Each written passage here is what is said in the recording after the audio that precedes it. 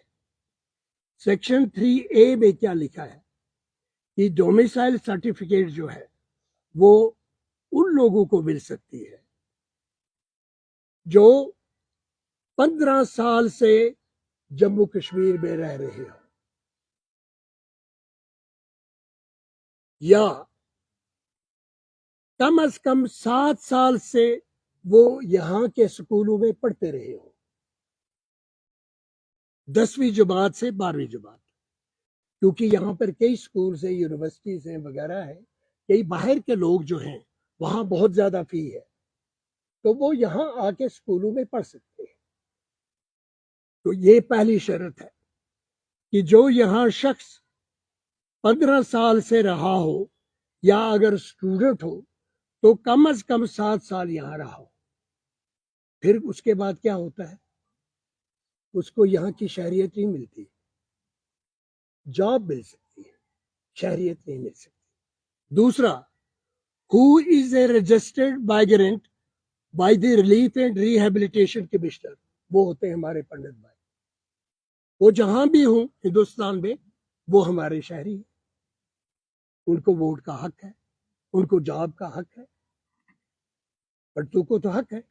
جو بھی پنڈت باہر سے آئے گا, چاہے وہ یو پی سے ہو, بہار سے ہو, وہاں اس کو اگر نوکری نہیں ملے گی, وہ جموں کشمیر میں آ کے اس کو حق ہے, اور اس کو بھی یہ رائٹ ہے. اور پھر کس کو ہے, اس کے علاوہ شرط کیا ہے اس میں, کون سے لوگ ہونے چاہیے, for the purposes of appointment to any post carrying pay scale of not more than 2,505 rupees under the UT, he can be granted a certificate to work in Jammu and Kashmir. جو آدمی یہاں پہ 10-15 سال رہا ہو اور اس کے بعد 15 سال کے بعد اس کے خلاف کوئی شکایت نہ ہو, تو وہ 25,500 روپے سے کم ہوتا ہے کلاس 4. کلاس 4 کی جاب کے لیے وہ یہاں کام کر سکتا ہے, لیکن ووٹنگ رائٹس نہیں. اور پھر آپ آگے آئیے, یہ جب یہ قانون ہے تو ہمیں یہ دیکھنا اس میں یہ ہے کہ جو ڈومیسائل ہے اس پہ سیکشن 3A ایڈ کیا گیا ہے. یہ رولز کے بعد سیکشن 3A ایڈ کیا گیا ہے کہ یہ جو ڈومیسائل ہے it is only for purposes of jobs,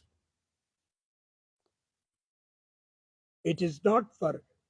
مجھے امید ہے کہ آپ لوگ یہ نوٹ کر رہے ہوں گے کہ ڈومیسائل سیکشن 3A ایڈ کیا گیا ایکٹ پہ, اور اس میں کہا گیا domicile is only for the purposes of jobs, not for voting. لیکن اس میں بھی ایک اور شرط ہے, یہ لوگ جو جاب کرتے ہیں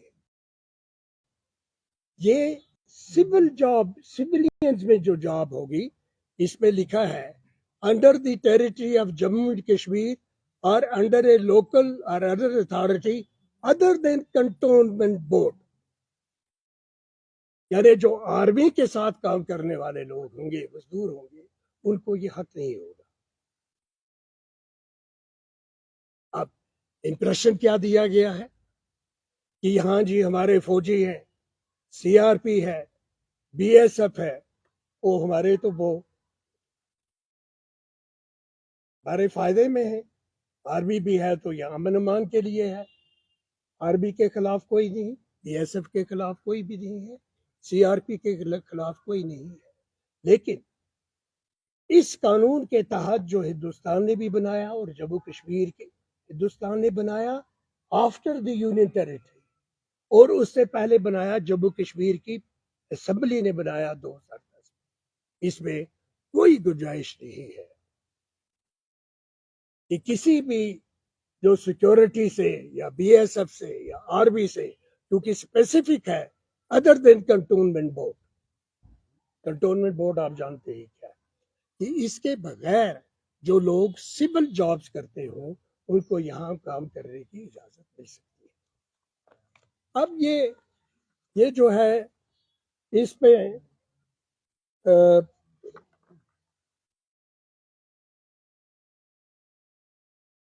میں آپ کی یہ بتاؤں گا کہ انفارمیشن کے لیے بتاؤں گا کہ ملکی سطح پر ہمارے یہاں 15 سال کوئی ہونا چاہیے، رہنا چاہیے سول جاب میں، تو پھر اس کو جاب مل سکتی ہے 15 سال۔ لیکن ہندوستان کی دوسری ریاستوں میں اگر کشمیر کا کوئی بندہ جا کر جموں کشمیر کا کسی اور ریاست میں رہے، اور ریاست میں، تو اس کو 5 سے یا 10 سال کل وہاں رہنا ہے، وہ وہاں کا ڈومیسائل بن جائے اور اس کو وہاں جاب مل سکتی ہے، ٹیچر بن سکتا ہے، کلرک بن سکتا ہے، لیکن لوور جاب میں ہی یہ جگہ ہو سکتی ہے۔ لیکن نارتھ ایسٹ میں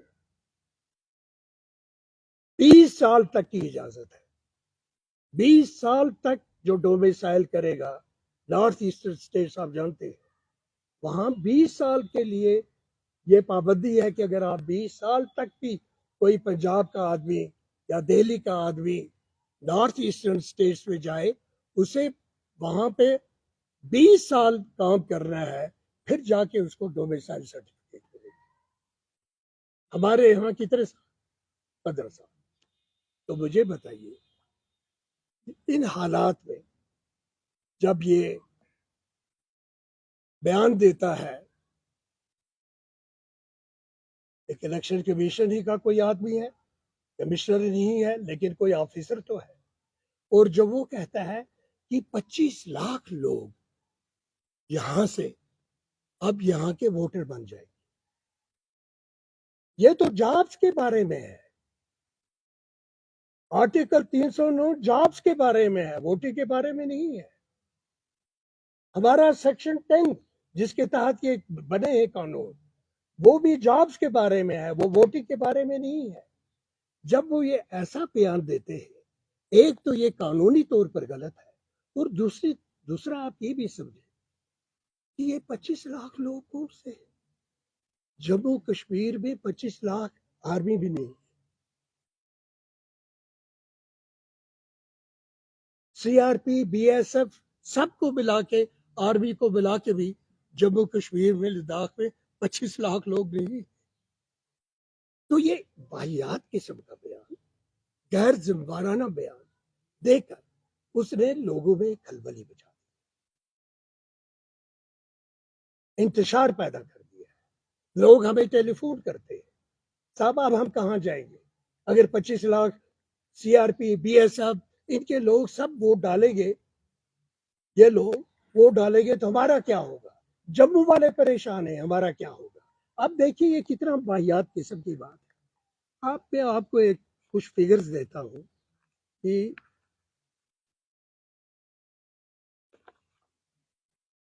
جموں کشمیر میں